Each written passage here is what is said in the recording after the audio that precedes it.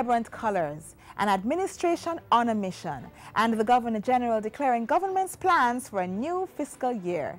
It's the ceremonial opening of Parliament, and we'll have the high points. Our coverage begins with Carrie-Ann Smith at the news desk, followed by a quick and easy guide to understanding those financial terms. And as the government gets ready to roll out its agenda for this financial year, we take a look at the prospects for the Jamaica Logistics Hub, an initiative that promises to have a game-changing effect on the economy. Hi there, I'm Audrey Williams, and this is Jamaica Magazine. It's budget season, and you're locked into the nation's most credible source of government information. Stay tuned.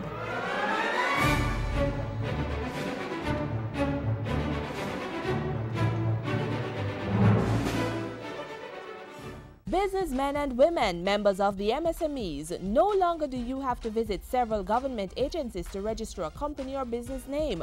Visit the COJ. They are willing and prepared to assist you in filling out the new business registration form, more commonly known as the super form. The overwhelming response from the majority of our customers is, why did this take so long to happen?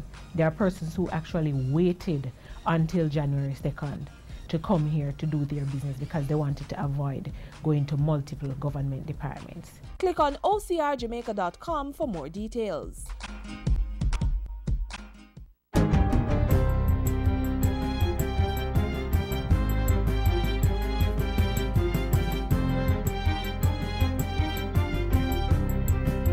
Good day, I'm Carrie-Ann Smith, and this is your GIS News for Thursday, April 3.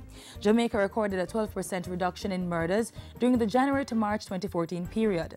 Governor General Sir Patrick Allen made the announcement as he delivered the throne speech during the ceremonial opening of Parliament Thursday morning. There's a 12% reduction in murders and a 13% reduction in the overall categories of serious and violent crimes. Police fatal shootings have been reduced by over 50%, reflecting better operational planning and improved community cooperation. The Independent Commission of Investigations revealed recently that police killings for the first 3 months of 2014 are the lowest in 3 years. Meanwhile, the Evidence Amendment Bill, the Building Bill, and the National Disabilities Bill are among key pieces of legislation slated to be passed during the 2014-2015 fiscal year. The Evidence Amendment Bill to provide for a more efficient trial process by facilitating a more straightforward introduction of computer records into evidence. It will allow for the uncontested reports of experts to be admitted into evidence without the need to call the expert. The National Disabilities Bill will provide further protection of the rights of persons with disabilities, while the Building Bill will improve efficiency in the building approval process and govern the construction sector. Other key pieces of legislation to be passed include an act to amend the Administrator General's Act, the Occupational Safety and Health Act, and the Integrity Commission Bill. To establish a single anti-corruption entity to assume the functions of the Commission for the Prevention of Corruption, the Integrity Commission, and the Office of the Contractor General. 40 bills were passed during the 2013-2014 legislative year, including the Fiscal Incentives Miscellaneous Provisions and the Criminal Justice Suppression of Criminal Organizations Acts. While delivering his throne speech, the Governor General also revealed that government would be relying on the agriculture, mining, ICT, tourism, construction, and housing sectors to continue and sustain economic growth in the fiscal year. It is anticipated that the agricultural sector will record significant growth this year. This follows strong performances in the second, third, and fourth quarters of the last calendar year, seeing in the second 5.4% growth, in the third 10%, and in the fourth 13.1%. 7 of the 9 planned agri-parks are in operation. The economy recorded 1.4% growth from October to December, and a similar expansion is expected for the January to March 2014 period. In other news, Minister of State in the Office of the Prime Minister Luther Buchanan continued his fact-finding tour of rural health facilities last week, taking stock of health centers in Portland. Mr. Buchanan, who has responsibility for primary health care infrastructure, told the GIS News that the tour was providing information to guide improvement works during the 2015-2016 financial year. The ministry is on a path to improve its services at primary healthcare level. The focus is to really improve the quality service that we provide. On March 27, Mr. Buchanan visited the Fair Prospect and Swift River Health Centers in Portland. That followed visits to health centers within the Western and Southern Regional Health Authorities. The Jamaica Fire Brigade, JFB, has received $13 million in grant funding from the government of Japan to repair and service hundreds of fire hydrants across the island. This was made possible through the government of Japan's grant assistance for grassroots and human security projects.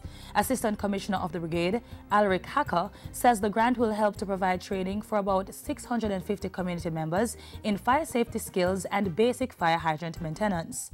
This grant will see to the repairs of over 100 fire hydrants and the servicing of over 500 hydrants across the island. Acting Senior Deputy Superintendent of the JFB, Emilio Banks, adds that firefighters will also be trained to use Global Positioning Systems GPS technology to help locate and maintain fire hydrants. And finally, 75 professionals have been installed as national mentors to guide students in aspects of civic values such as respect, honesty, discipline, and hard work. This forms part of the Respect Agenda campaign, an initiative of the Ministry of Education with support from the Ministry of Industry, Investment and Commerce. As mentors, this is an effective way for you to transmit your values to those under your influence. We see the national mentorship element of the Respect Agenda as an important strategy to leverage the intellect in the society, to re-socialize students, and to transform behavior through the education system. Financing for the program is being provided by the Petro-Carib Development Fund. And that's it for GIS News Today. I'm Carrie Ann Smith. Thanks for watching.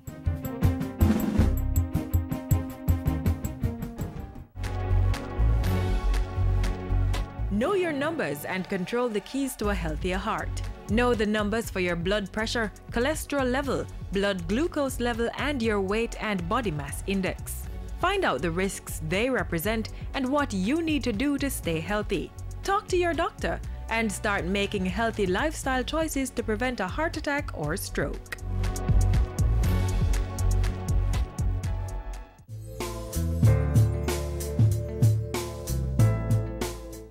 The budget for the 2014-2015 financial year was tabled in Parliament today. And if you've been following the updates on Jamaica Magazine, you already know that this means that the budget debate is just days away. During the debate, you'll hear terms like GDP, trade deficit, and macroeconomy. Not exactly everyday phrases, but fret not. The GIS team put together a very simple guide to get you up to speed so you can stay in the know.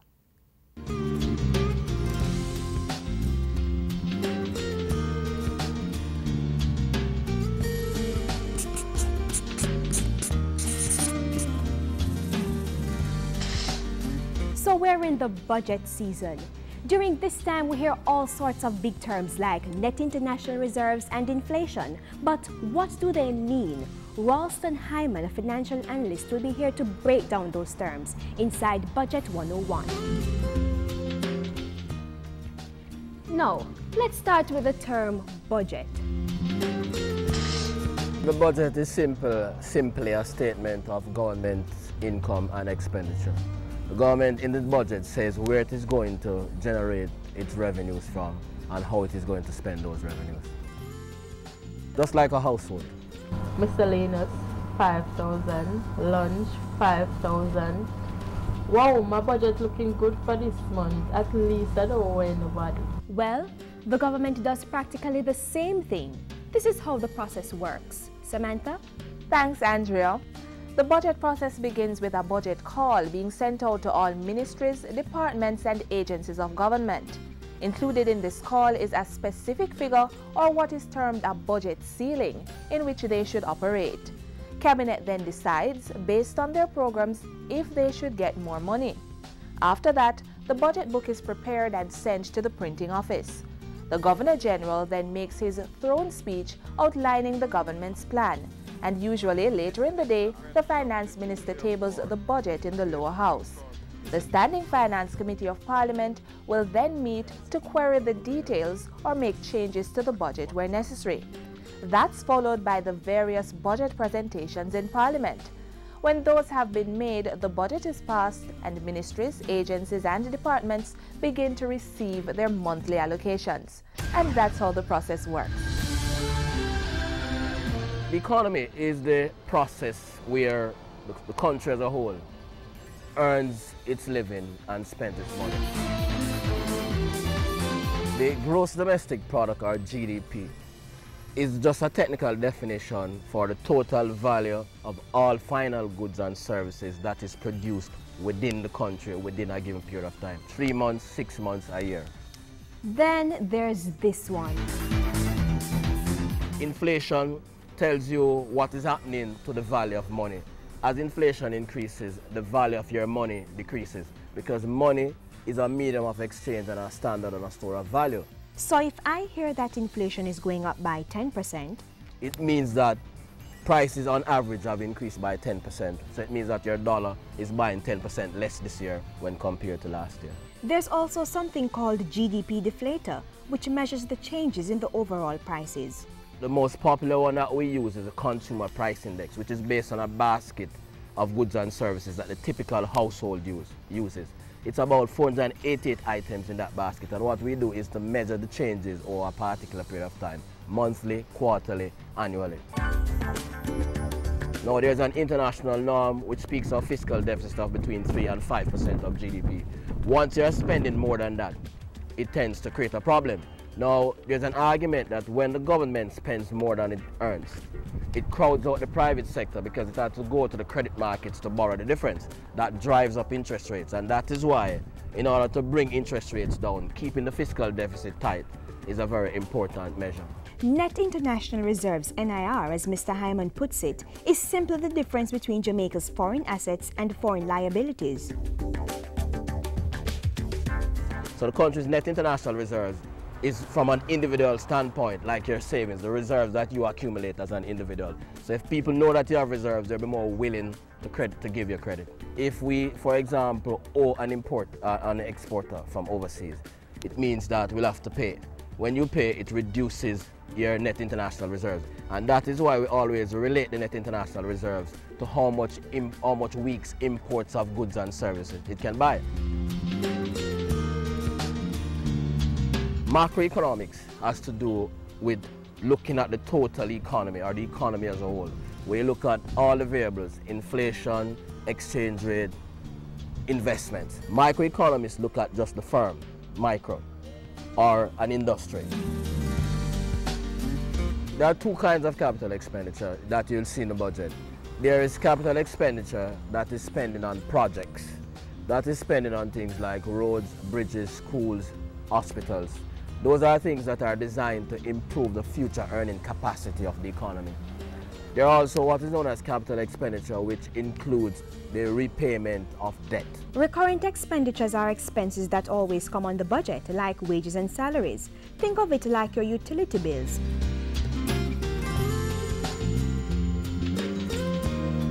And with that, we conclude Budget 101. I'm sure you've learned something. I'll give all of you a passing grade. How about an A? Feels good, don't it? I'm Andrea Chisholm. Take care.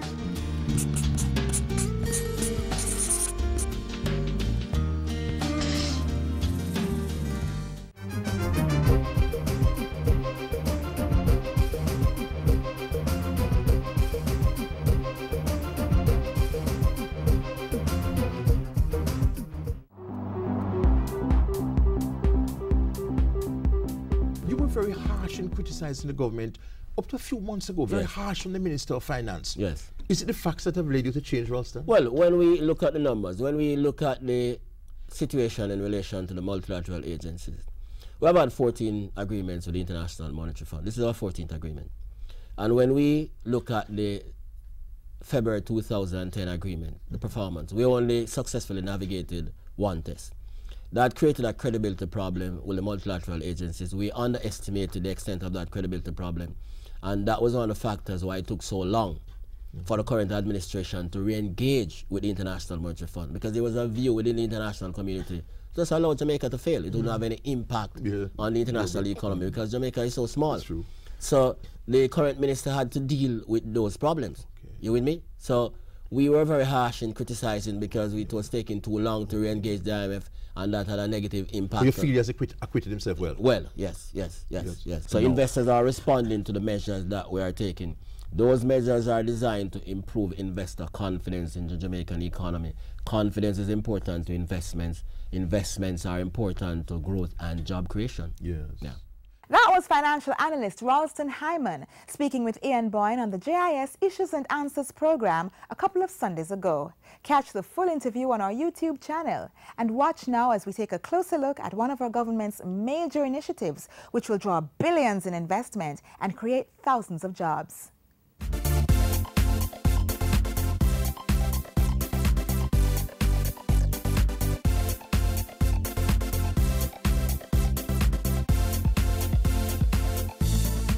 Transnational corporations are seeking more cost-effective ways of doing business. The integration of shipping and logistics hubs with industrial zones is evolving as the less expensive new mode of moving products to consumers, and Jamaica is establishing itself as the fourth node in the global chain. We're talking about a concentration of entities engaged in global commerce using our transportation infrastructure. And creating more avenues for Jamaicans to access high-skill level, globally competitive, lucrative employment options. Jamaica's Logistics Hub initiative provides the local business sector with a near-shore distribution advantage, a base for generating enormous cargo flows, either as raw material, intermediate or finished goods, to the world's largest consumer markets.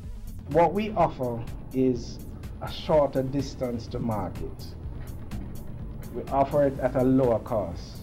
So instead of somebody ordering something, a manufacturer, a business, or even a final consumer, ordering something from China, and it takes 3 weeks to get here.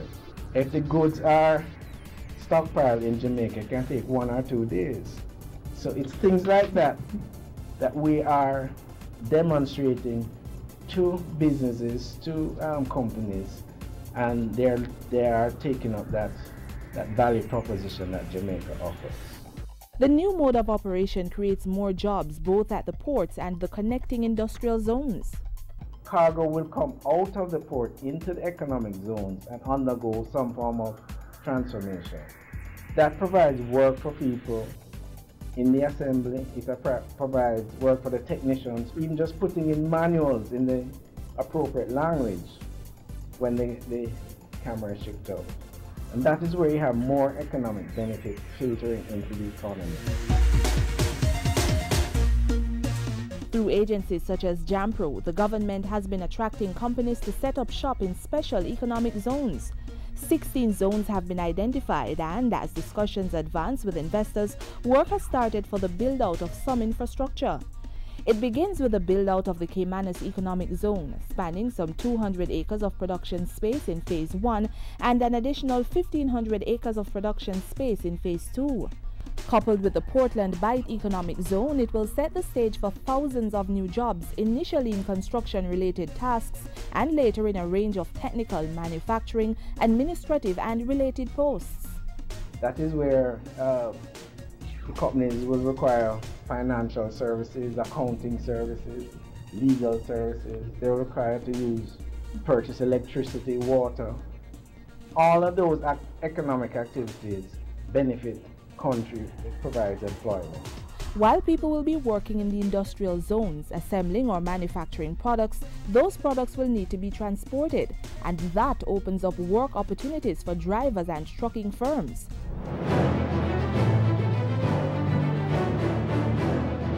The special economic zones are replacing what we previously knew as free zones and will be the heart and soul of Jamaica's logistics hub. Just as businesses in these zones will need to meet industrial standards, so too will the workforce. The other hubs that exist across the world, they have zero unemployment. When you have a situation where everybody is employed, crime goes down.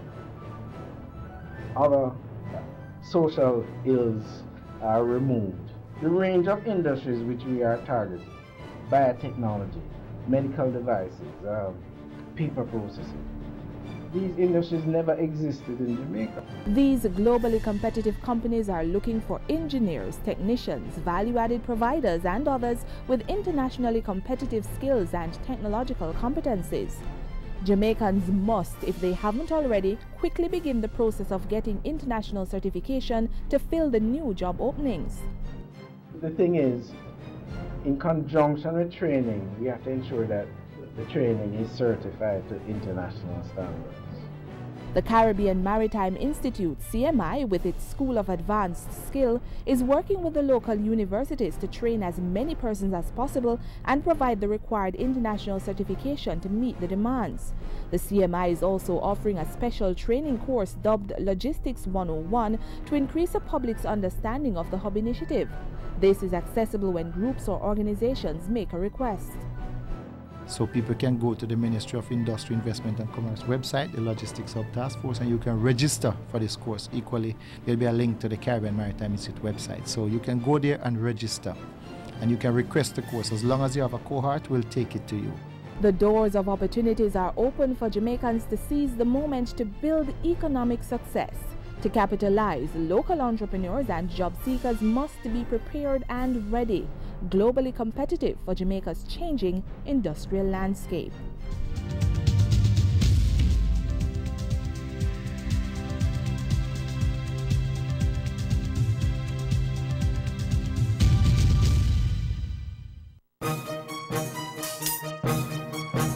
The 2014-2015 fiscal year is here. Come April 8 to 10, the Standing Finance Committee of Parliament will consider the estimates. Tune in as the Finance Minister opens the budget debate on April 17. Dr. Peter Phillips will be followed by the Opposition Spokesman on Finance on April 22 and Government and Opposition members on April 23. The Opposition Leader will make his contribution on April 24 and the Prime Minister makes her presentation on April 29. The budget debate will close on April 30 with the Finance Minister. It's the 2014-2015 budget debate. Stay informed and keep watching Jamaica Magazine. So now that you've seen what the government is pursuing with the logistics hub and heard some of the other plans to grow the economy, bear in mind that a key aspect of our economic recovery is better money management. But spending wisely isn't something government alone should consider. Each of us has to make some smarter choices. Here's how you can start. Yo, star, me have a party there, you know, and guess what? You can buy that glass of the money. But that EG for me when go and shot. Red, hard one. Ah boy, them things are too important for me to take the money and go buy foolishness. Jano star, what me offer?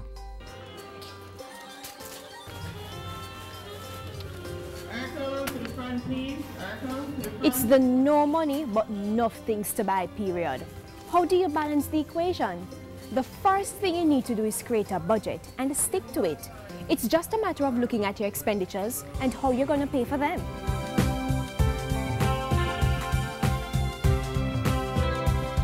Well, first of all, you need to pay yourself first. For the absolutely critical expenses like your utility bills, your rent, putting aside the money for your bus fare, and your taxi fare, and your lunch, those need to come out. Because at the end of the day, if you don't have those, then you probably won't have a job. Then you need to set aside money for a rainy day, you know, just in case something unexpected occurs. If my living expenses is 30% of my income, then I need to have, you know, roughly that amount set aside. Roughly maybe 4 or 5 times that amount set aside in a rainy day fund or in an account that I'm not going to touch. Pencil, paper and a calculator will do the trick. But if you want to be a little more techno-savvy than that, you can use Microsoft Excel or an online budget calculator. By writing it down or by putting it down on paper, you will be able to see where it is that you can actually make some savings, because you will recognize that, oh, I've been spending 5% of my income on whatever it is, which is not a necessity. You might argue that you take advantage of discounts in order to cut back on expenses, but that discount may not quite be the bargain you think. It may be that that retailer or that person selling that item actually had a higher price than the average in the market, and what they have done is given a discount, and their discount has just come back in line with market, while if you had shopped around, you would have gotten it for a much cheaper price. Also, the product may not be of a high quality, so look more closely at those so-called discounts. Now, from time to time, you hear people complaining that they cannot save. Their expenses far outweigh their income. So is saving really realistic? Yes, it is. This adage couldn't have phrased it better. One cocoa, full basket. It's not true that you need to have $10,000 to start. You can start with 100, 500. You just put it aside and you keep adding to it. Because if you think about it, if someone were to come to you every day and beg you for $1 for 20 years, how much money would that be? Another suggestion, ignore things that aren't important or absolutely necessary. Okay, I go out and I see that bag or that shoe or that shirt that I want to buy. I think I really need it, but then when I think about the fact that I have $500 saved and I really wanted to have $1,000 saved by the end of the month, and if I buy the shirt, then obviously I'm subtracting away from my saving or my investment, and you make the sacrifice. Now, savings should not be confused with investments. Saving is basically taking your money and putting it in a safe investment. So the primary objective there is preservation of your principal or your capital. So your objective is not to lose it, but it's also not to grow it significantly. So you're not taking on a lot of risk. Investing now is when you have a plan and you're trying to reach an objective, and then you're trying to work out what is the rate that I need to earn in order to achieve this objective. Let's put it another way. For savings, you pretty much get back what you put in. For investment, you get that and more. After building up your savings, then you can invest. When investing, you first need to determine the type of investor you are. You can be conservative, moderate, or aggressive. Then with the help of an investment advisor, you can choose the type of investment you want to go into. Some examples include money market investments, unit trusts, mutual funds, stocks, bonds, or equities. And that portfolio mix will allow you to achieve your goal with the help of a financial advisor. Another way to make money is by getting a part-time, one-off, or consultancy job. But we all know that too much work and no play makes Jack a dull boy, so it's quite okay to treat yourself. Then there's the issue of a salary increase. Approach it from a business perspective. I'm here to discuss the possibility of a salary increase. Okay, let's discuss it. Say the company were to consider giving you an increase in salary. What added value could you bring to the table? I would take on additional responsibilities, implement cost-saving measures, and also improve my efficiency. If the firm is not earning more, whether through cost savings or through additional revenue, it's going to be very difficult for the firm to continue with the same cost base to pay more to employees. That's just a fact of life. So resolve to make smart financial decisions. Learn about personal finances. Don't procrastinate. So for each day that goes by that you run up that credit card bill more and don't pay off those high debt credit card bills or any high cost debt that you have, is actually costing you money. It's all about making sacrifices in the short term to achieve your long-term goal. Create a budget and stick to it. Save and invest. Buy things that are necessary. Choose your discounts carefully and find legitimate ways of making extra income.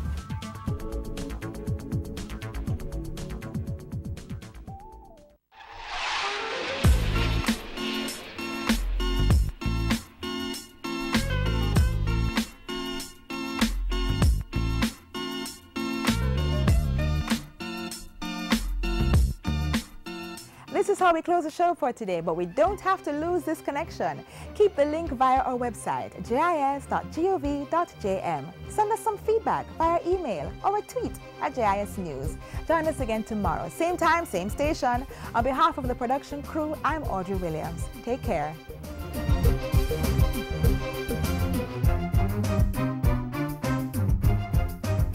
This has been a production of the Jamaica Information Service, the voice of Jamaica.